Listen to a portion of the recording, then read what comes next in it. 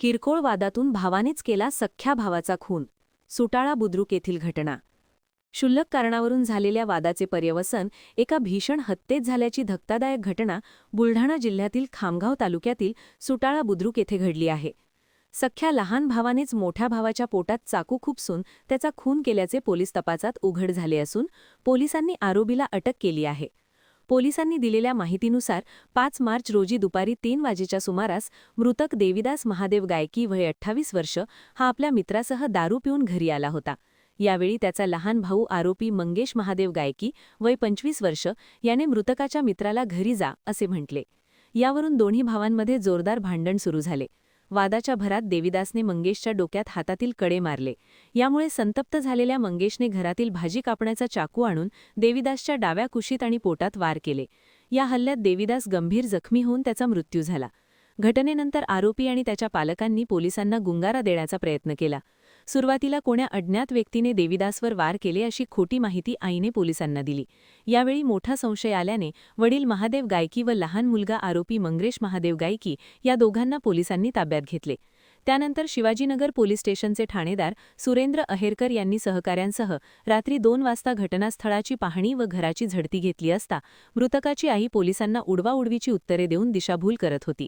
जणू काही दृश्यम चित्रपटाप्रमाणे बनावट घटनाक्रम मांडून पोलिसांना फसवण्याचा त्यांचा प्रयत्न होता. मात्र पोलिसांना संशय आल्याने त्यांनी कसून चौकशी सुरू केली. पहाटेच्या सुमारास आरोपी मंगेश गायकी याने आपला गुन्हा कबूल केला.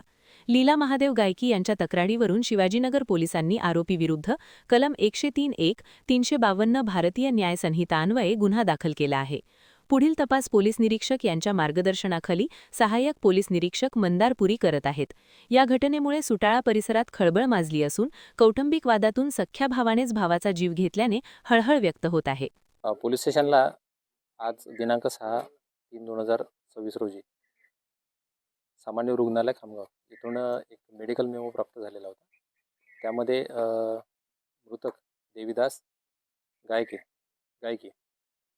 यांच्या पोटावरती जखमा आढळल्या आहेत आणि ते मृत अवस्थेत नातेवाईकांनी आणलेलं आहे. याबद्दलची ती माहिती होती. मिळालेल्या माहितीवरून हॉस्पिटलला जाऊन या ठिकाणी मृतदेहाची पाहणी केली आणि जे सोबतचे नातेवाईक होते त्यांना विचारपूस केली आणि विचारपूस करून मृतकाची आई सौ ललिता महादेव गायकी यांनी जी तोंडी रिपोर्ट दिली त्यावरून मृतकाचा भाऊ मंगेश महादेव गायके याच्याविरुद्ध गुन्हा दाखल केलेला आहे.